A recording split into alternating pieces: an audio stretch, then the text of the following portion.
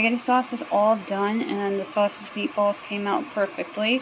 In a little bit, we're going to serve it onto some pasta. Boiled the water, and David put the rigatoni in. I'm going to give it a quick stir, and it's got about 8 minutes and 23 seconds before they're done.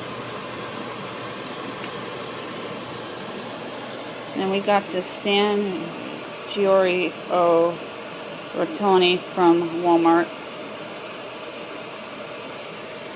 David has the pasta almost done, and he's going to dump it into the colander.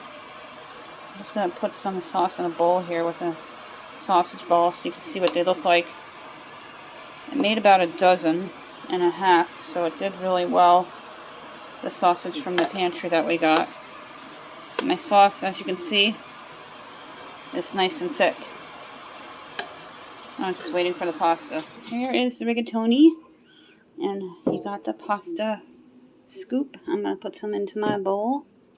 Can you grab me a fork, please, Dave? Yeah, what's this bowl for? It's mine. Oh, okay. I like to put my pasta on top. I know, I'm weird. No. And then I'll do that. Then I mix it, and I'm going to show you the final look.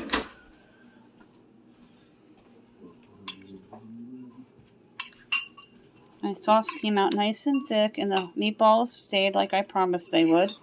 Nice round form. And that is my canned puree sauce.